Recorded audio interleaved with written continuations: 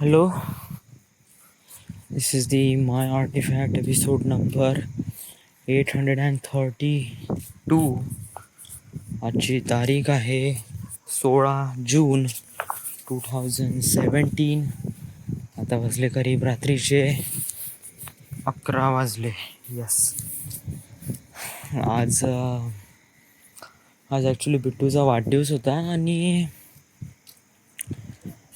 This is not the, म्हणजे हे एक प्रकारे हा फॅक्ट नाही आहे का आपण आर्टिफॅक्ट एपिसोडमध्ये बिट्टूचा वाढदिवस म्हणून सांगू. नो, म्हणजे काय की आपल्या दिवसभराच्या डे टू डे लाईफमध्ये आपल्याला कोणत्या गोष्टी इम्पॉर्टन्स आहे, कोणत्या गोष्टी सांगायच्या आहे, कोणत्या गोष्टी आपल्याला रिलेट करते आणि या अदर काही गोष्टीसुद्धा आहे. आय नो 16 तारीखला बिट्टूचा वाढदिवस आहे. आय जस्ट एक प्रकारे सांगण्याचा प्रयत्न केला, बाकी असं काही वगैरे नाही. सो सुरुवातपासून सुरुवात करू. आज सकाळी उठलो मी. सकाळी करीब 6 वाजता उठलो, तयारी वगैरे केली आणि थोडंसं उशीरच झाला आज. मला कसं 6:15 वगैरे वाजले निघण्यासाठी. 6:15 7:30 वगैरे मी म्हणलं पोहोचून जाईल. म्हणलं गाडी थोडी उशिराच येते, बट गाडी एकदम राईट टाईम होती. मी जसा प्लॅटफॉर्मवर पोहोचलो गाडी तोपर्यंत निघून गेली. सो मी म्हणजे जास्त काही घाई नाही केली, बसूनच राहिलो कारण 8 वाजता नागपूर पुणेची एक्सप्रेस होती. सो ती गाडी पकडतो म्हणलं. सो मी 8 वाजता वगैरे गेलो.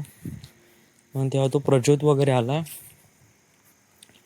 तेव्हा माहीत पडलं की भाऊचा आज इंटरव्ह्यू आहे.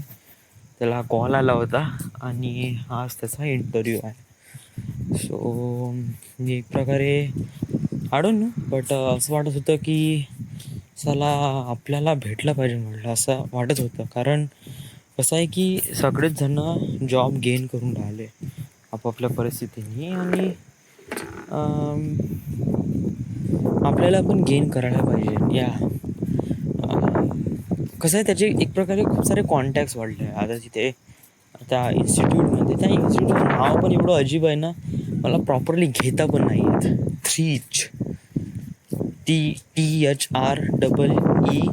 3 तो एच लागला ना, 3 किंवा थ्रीच, it just like really annoying to pronounce that word. But whatever it is, काही असो, इन्स्टिट्यूट आहे आणि ते आपल्याला जॉब लावून देत आहे. So that is all matter. So that's it. So काय झालं की जॉब इंटरव्ह्यू आहे. सो पूर्ण फॉर्मल गेटअपमध्ये वगैरे आला. मग मला का म्हणजे आता मग इंटरव्ह्यू आहे तर वगैरे का माहीत पडलं मला कंपनी काय, जॉब प्रोफाईल काय, किती सॅलरी वगैरे भेटेल वगैरे वगैरे.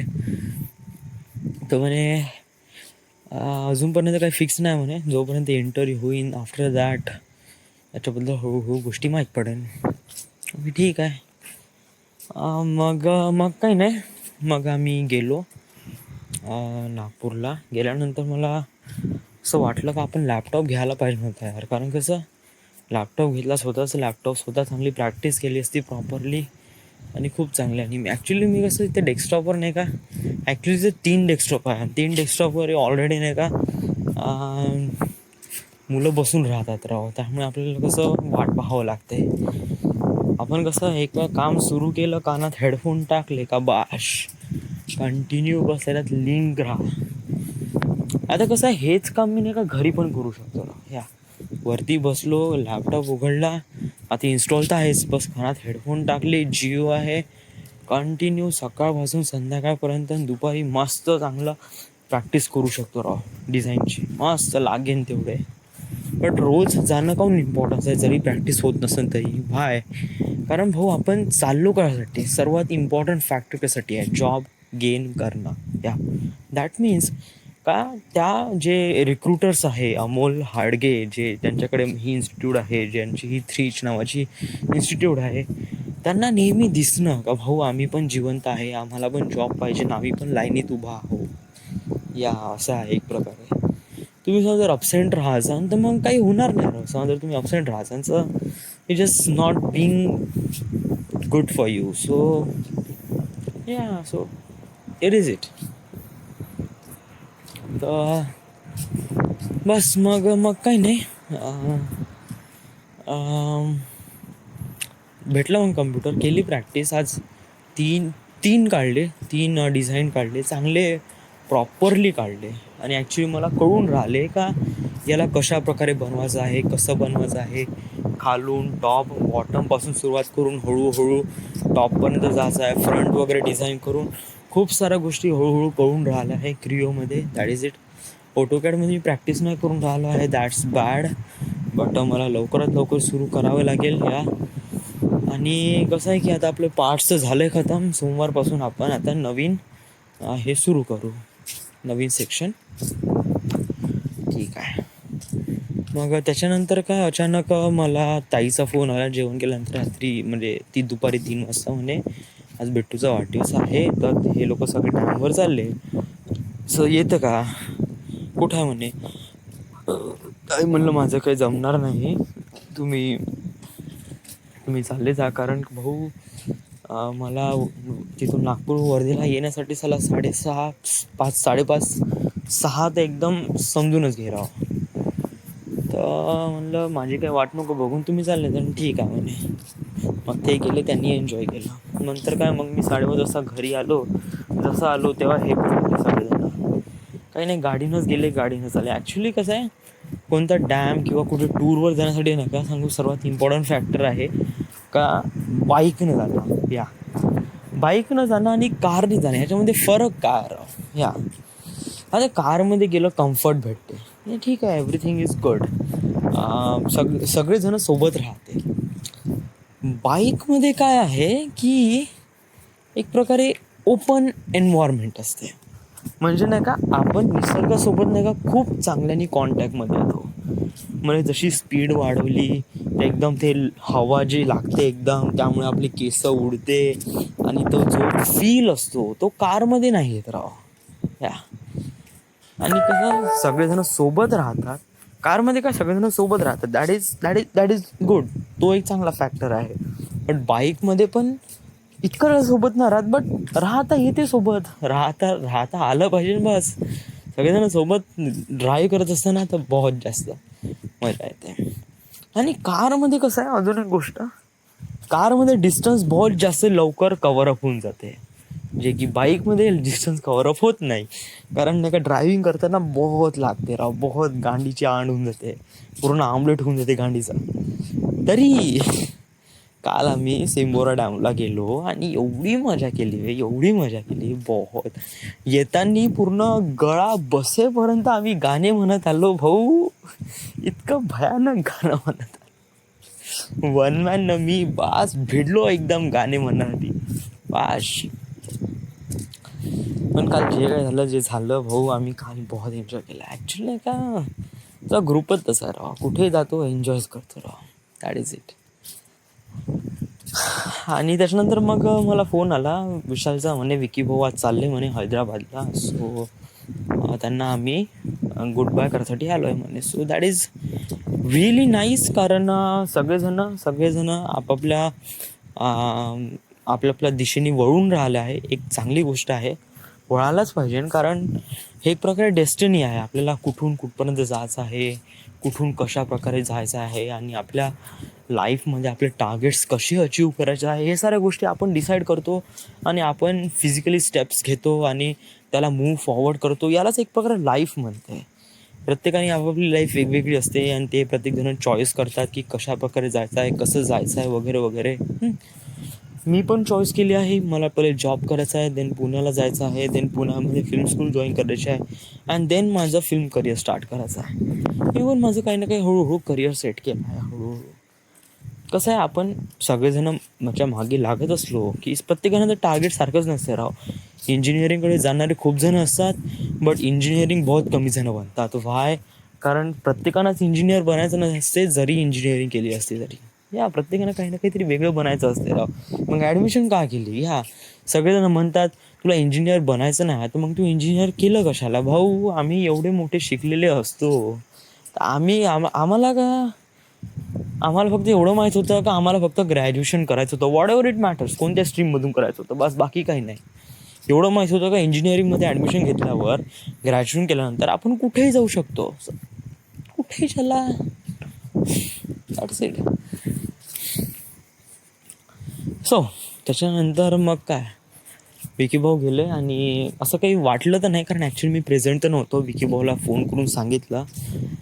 कसं इथे घरी आल्यानंतर खूप सारे कामं वगैरे होते, कारण एवढे सारे जण येणार होते. मग त्यांचे ते खाणं पिणं राहणं वगैरे कसं का करायचं वगैरे. मटण आणलं, सॉरी चिकन आणलं, बासुंदी आणली आणि सगळं सर्व केलं, जेवण केलं. ॲक्च्युली पिक्चर लावणार होतो, बट कसं आहे की साला स्पीकर कनेक्ट नाही होऊन राहिला. प्रॉब्लेम होत आहे की आता मी OS टाकली ना, विंडोज 8.1. आता 8.1 टाकली आहे, त्याच्यामध्ये साला ते ब्लूटूथसाठी ते कोणतं सॉफ्टवेअरच नाही. सॉफ्टवेअर म्हणजे कोणतं इनबिल्ट हार्डवेअरच नाही काही. चला मी पाहून पाहून थकून गेलो. आता जोपर्यंत अपडेट होत नाही, कारण नवीन अपडेटमध्ये नवीन काही ना काही फीचर्स राहील, त्याच्यामध्ये पण ब्लूटूथ राहील, तेव्हा काही ना काहीतरी कनेक्ट होईल. आता एक प्रकारे सॉफ्टवेअर हार्डवेअरशी कम्प्लिटली मॅशअप झालं पाहिजे, आणि तेव्हा ते कसं तरी भेटते राहावं.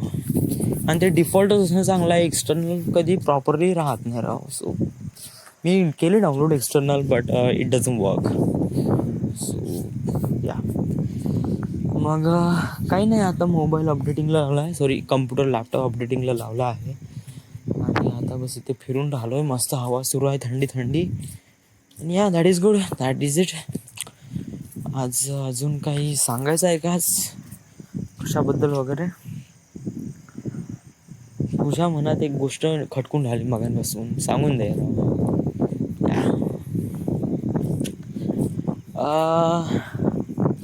या सांगू का नाही सांगू यार, मलाच नाही कळून राहिलं. आय डोंट नो, मला सांगून दे प्लीज प्लीज. काही बॉदर नको करू, आणि you just have to be talk whatever you want. So this is the artifact episode. So yeah actually मला माझ्या बहिणीबद्दल काय विचारायचं. या माझी बहीण आहे ॲक्च्युली, सोनाली अवथरे. आम्ही कधी तिच्याबद्दल कधी आर्टिफॅक्ट एपिसोडमध्ये कधी जिक्र नाही केला आहे, कारण कधी एवढा पॉईंट नव्हता, आणि कधी एवढं काही टॉपिक नव्हतं, आणि कधी सांगण्यालायक पण असं काही गोष्टी वगैरे नव्हती. So that is it. मी असा विचार करत होतो की ती एक प्रकारे माझी बहीण आहे, आणि मी तिला सांभाळून घेतलं पाहिजे. आणि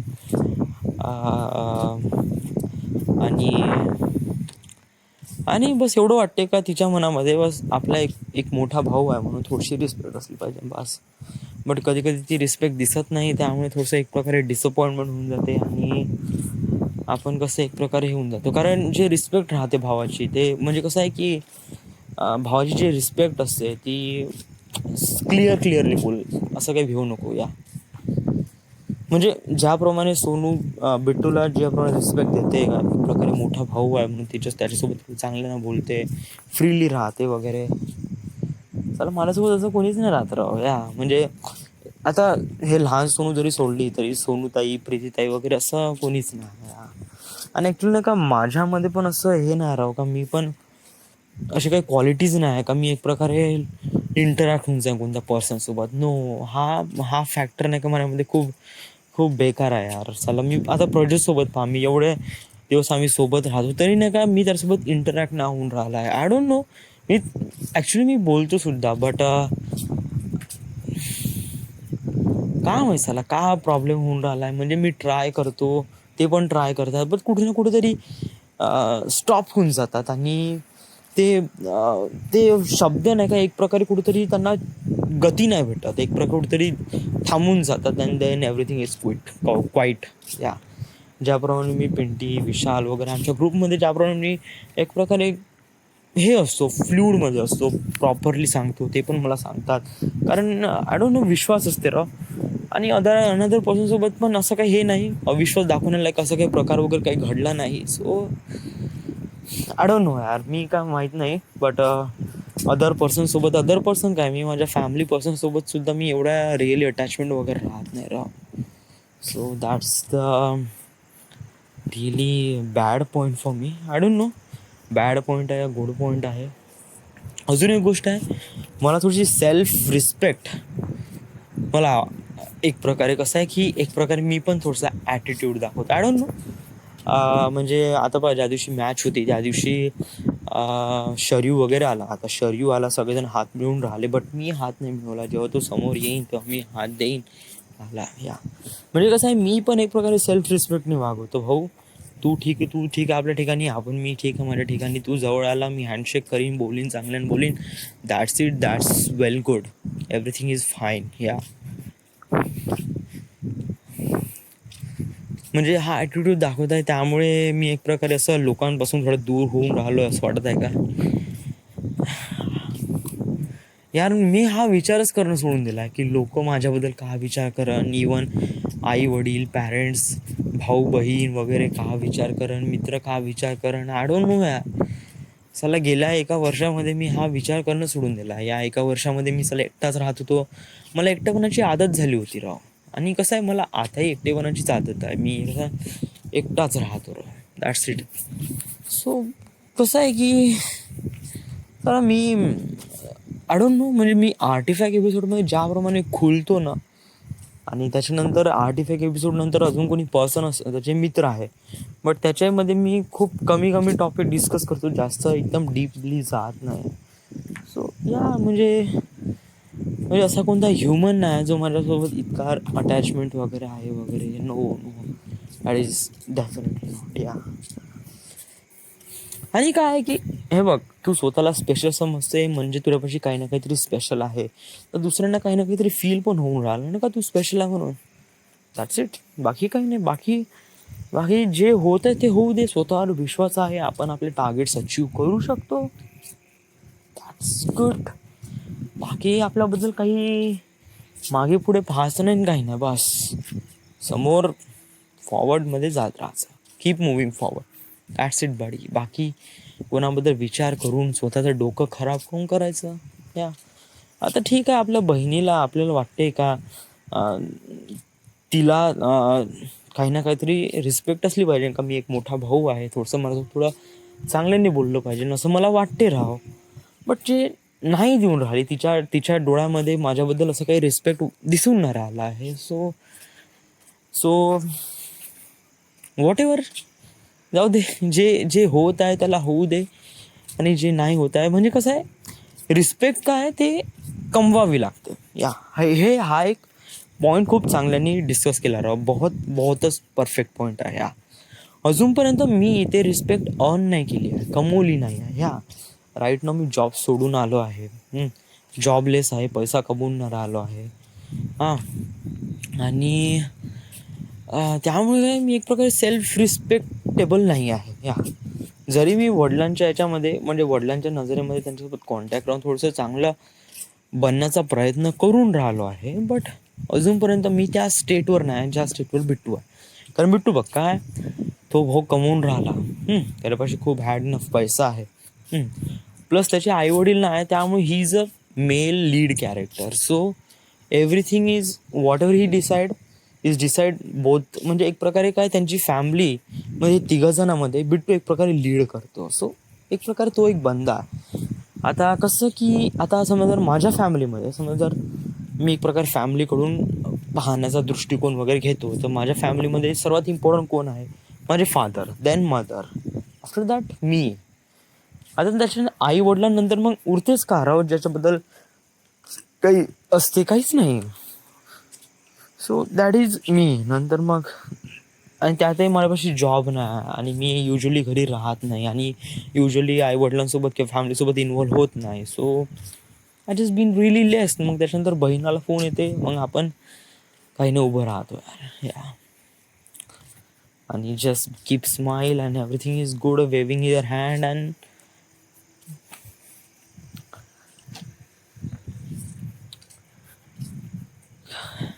या म्हणजे हे एक चांगली गोष्ट आहे का जोपर्यंत आपण स्वतः म्हणजे काय रिस्पेक्ट अर्न करावं लागते दुसऱ्यांच्या मनात. स्वतःबद्दल एक प्रकारे जे काही रिस्पेक्ट आहे ती अर्न करावं लागते, कमवावी लागते. ती काही अशी भेटत नाही. या म्हणजे जरी फॅमिली रिलेटिव्ह असेल तरी डोंट केअर भाऊ. कारण जर तुम्हाला वाटते का तुम्ही एक प्रकारे रिस्पेक्टेबल पर्सन आहात, तर तुम्ही तशा प्रकारे काम पण करा. सो दॅट मेक्स इट का दुसऱ्यांच्या मनात पण काही ना काहीतरी येईल. आणि आय एम शुअर, मला काफी शुअर आहे का मी माझी डेस्टिनी क्रॅकआउट केलं. भाऊ तुझी डेस्टिनी बहुत मोठी आहे, आणि तुझी डेस्टिनी क्रॅकआउट केल्यानंतर भाऊ तुझे पॅरेंट्स का सगळेच जण तुझ्या प्राऊड ऑफ होणार आहे. त्या कारण तू अशा काही गोष्टी अचीव करणार आहे ज्या कम्प्लिटली अनबिलिव्हेबल आहे आणि ते सगळेजण प्राऊड ऑफ होणार आहे आणि सगळेजण सोबत राहणार आहे. एक प्रकारे समजून घे हा एक हार्ड वे आहे आणि याच्यामध्ये तुला ह्या साऱ्या गोष्टी कमवायच्या आहे, अचीव करायच्या आहे. सो या दॅट्स इट. बाकी काही समजून घ्यायचा प्रयत्न नाही करायचा आणि जे होत आहे ते होऊ द्यायचं बस. सो बस आता बाकी काही सांगायचं वगैरे काही नाही. So this is it. This is the end. This is the my artefact episode number 832. Right now we are at Wardha, Maharashtra. Thank you.